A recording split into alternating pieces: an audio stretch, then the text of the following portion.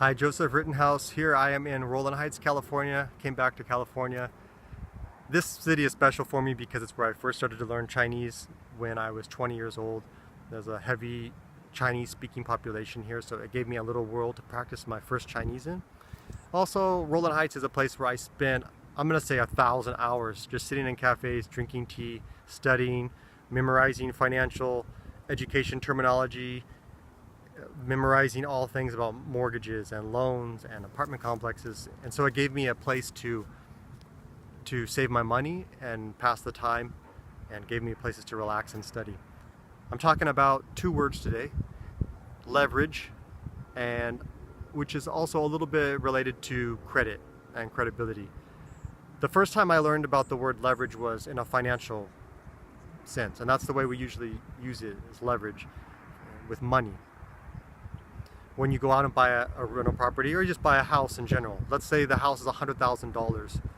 Well, the way the mortgage works is if you can save 20% and come to the bank and say, hey, I have $20,000 to buy this $100,000 house, they will loan you the $80,000.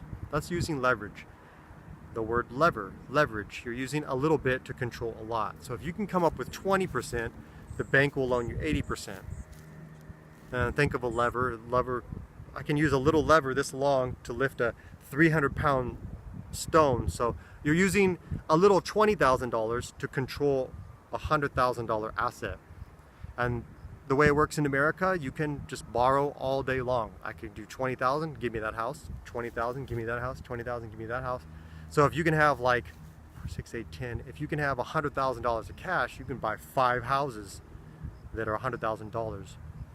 And this is how you're able to get wealthy very quickly, because you can $20,000 down, $100,000 house. The house pays me $400 a month. Let's do that again and again and again and again. And there's no limit to how many houses you can buy in America. Buy 100 houses if you want, which makes it faster to buy the next 100, to buy the next 100. So you see how you can get wealthy very quickly, exponentially. Yes, you can buy a house cash. You can just work and save and buy a house cash, but you're going to get wealthy very slowly. So you use leverage to your advantage and use it responsibly. You don't borrow tons of money without being able to pay it back. You have a plan. You plan how to use your leverage. You're going to borrow as much money as you safely can to control as much real estate as you safely can, and then make money off of that real estate. That's how I first learned about the word leverage. I need to leverage my money to get control of more money. Also, like credit cards. Let's pretend you're a young guy or girl and you don't have any work clothes, you don't even have a car, and now you want to bring yourself up. You want to start to get a job, you want to do interviews, you want to drive around and look for opportunity, and you can't just walk there, and you got to clean yourself up a little bit. So where credit and leverage come in to play is you get your credit card, you get your $10,000 credit card.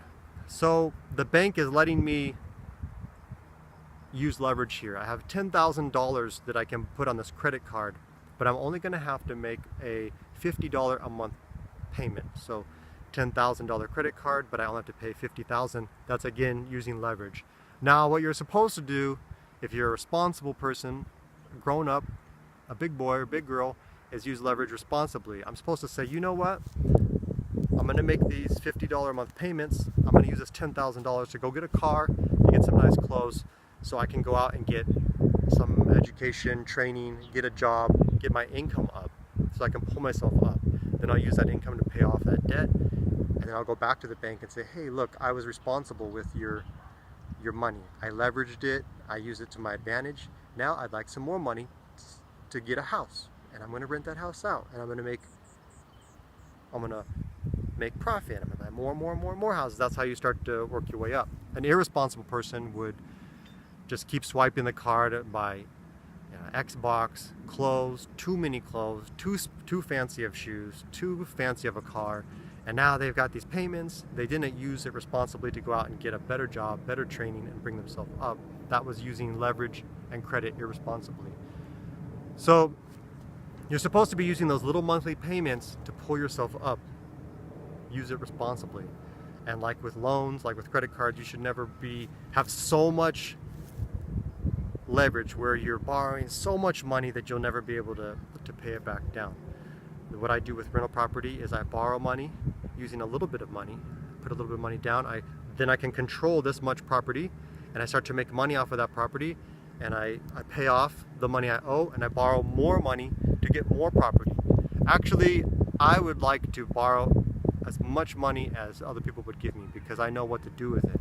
I wish someone would give me $1 million or $2 million loan, because the very first thing I would do is, if I had $1 million, I'd go borrow $10 million worth of money to get $10 million worth of property. If someone gave me $2 million, if I had $2 million of cash, I'd go out and get 2, 4, 6, 8, 10, $20 million of property, and that would make me tons of money every month. So actually in America, it works to borrow money, and the way that the tax system is set up,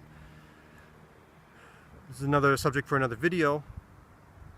If you borrow money in America to buy your rental property, your income that comes in from the property, you're allowed to write off the interest on the mortgage, you're allowed to write off the insurance and the taxes, so that it will cover, it will be a, would you call it a washout? Where I end up paying no tax on my income because I've borrowed. And that's the way it works in America. A lot of my Chinese friends, they want to pay cash for everything, and they're slowly working their way up. But as I borrow, I'm growing exponentially. So you can pass up the people who pay cash by borrowing and being responsible with it. The other way I learned about using the word leverage was with relationships, with friendships. My old way of thinking was that I should not be friends with someone just because of the way they think or what they can do or what they have. And that was a little bit of a limited way of thinking, because I thought that's not a good person. I see that person has a business, or I see that person is very clever. I'm not going to go be friends with them because that's using them. But that's not how it works. That was a limited way of thinking. Then I grew up. I became a big boy, and I thought, oh, well, that's exactly what a friend is. A friend is saying, you know what? You have some things that I don't have. You're smarter at B. I'm smarter at A, but you're smarter at B. So I really think that's interesting. I really appreciate it. And that's why I like to hang around with you, because you say things, you do things that I can't say or do, that I don't think of, that I'm not able to do. So I appreciate you, and we're a good fit to be friends or boyfriend, girlfriend, or husband, wife, or business partners, because that other person compliments you well. And so as I grew up, I started to learn differently about leveraging other people's knowledge, their skills, and their abilities. And now my more mature way of thinking is, you know, I have my skills and abilities, everyone, and what are you good at? What are you not good at?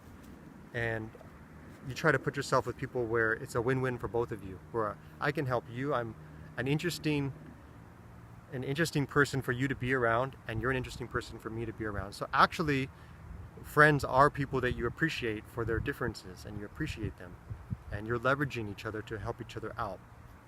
You're two peas in the pod. You're symbiotic relationship, not a parasitic relationship. So that's my more grown-up way, and that's what I did with real estate. I'm a cheapskate. I can live in my car. I can save money a lot. I'm a pretty good employee too. I just constantly make money. I don't spend a lot of my money. That's my skill set. That's my personality. It comes natural to me. Piece of cake to save money.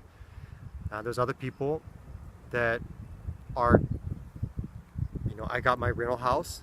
They're good at fixing things. They're good at managing things. They're good at finding tenants. I'm a pushover when it comes to screening tenants to live in my house. You can lie to me so easily, and I have such a bleeding heart, and oh no, you don't have to pay this month because your car broke down. I'm a wimp when it comes to screening tenants. So I had to leverage other people who were good at managing, at doing maintenance. I said, okay, can you manage my house? Can you fix my house? Can you screen tenants for me? Because I'm not good at these things. But also I don't have time for that, because the house is my business. I don't want to work in my business. You painting, fixing, that's not my skill set. I want to be the owner, the landlord. I want to be managing it, purchasing more property, giving more people jobs to fix more of my houses. That's what I want to be doing. So I leveraged other people's skills, their talents and abilities, and they like those things. The maintenance guy, he likes to do that. The manager people, they love screening tenants. I don't really like that stuff. But when it comes to saving money, to managing money, to making a plan, I can do that.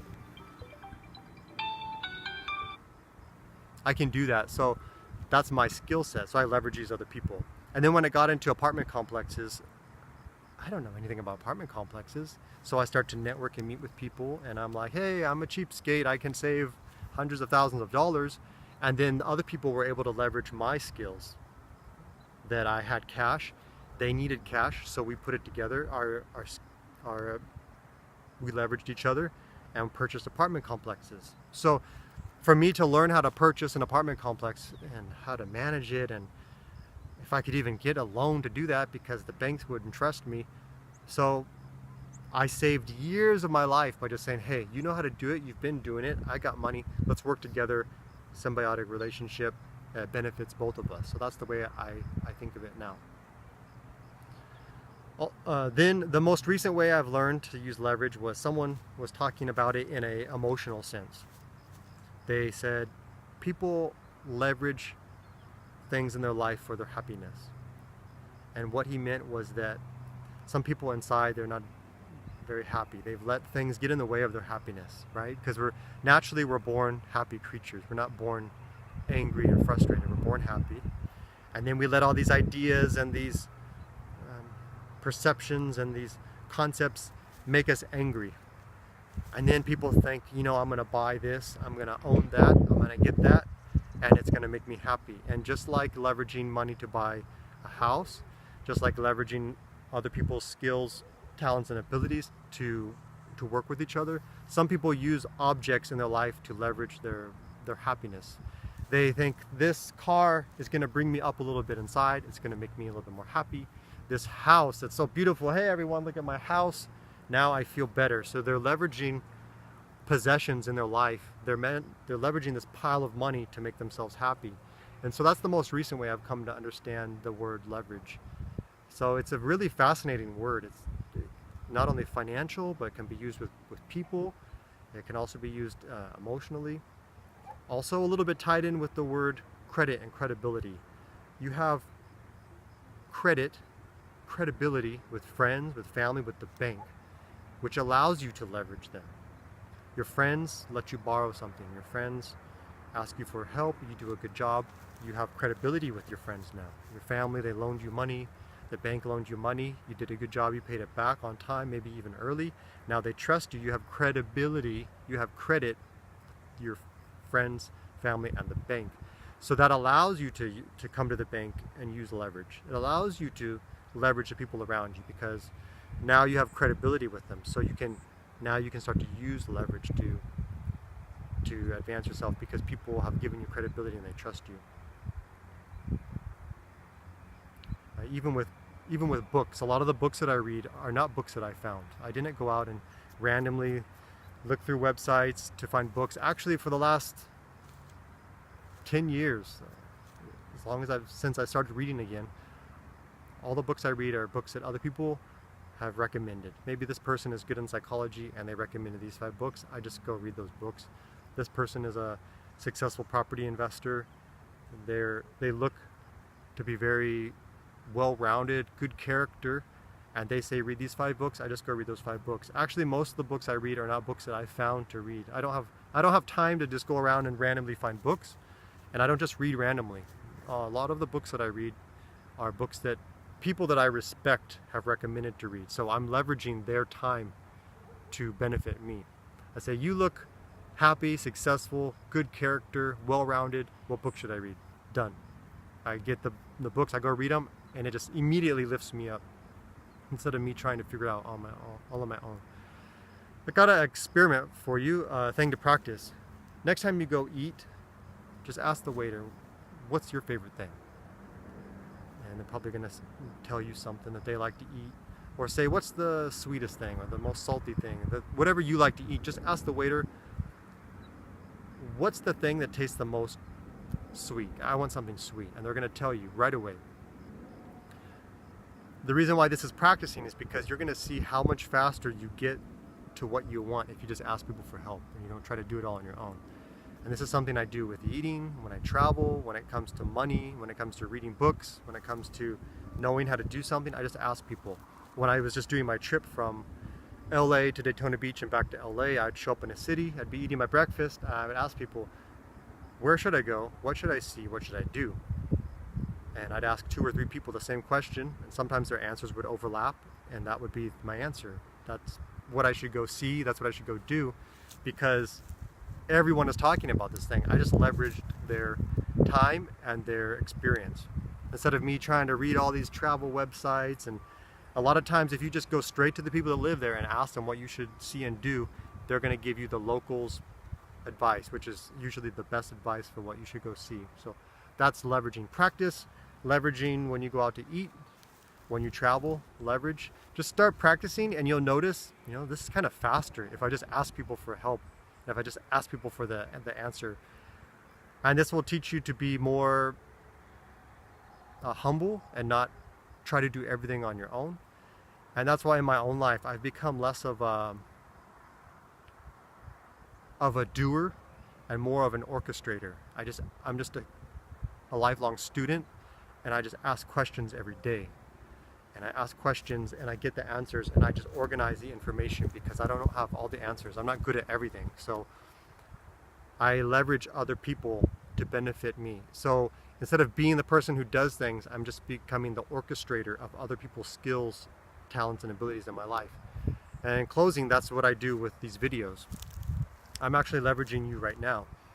Because in life, you need to have you don't have to have anything, but I'm just saying, I give myself some goals, some random goals to do, just to keep life interesting and exciting and fun, give myself challenges to see if I can, exercise my God-given abilities and talents.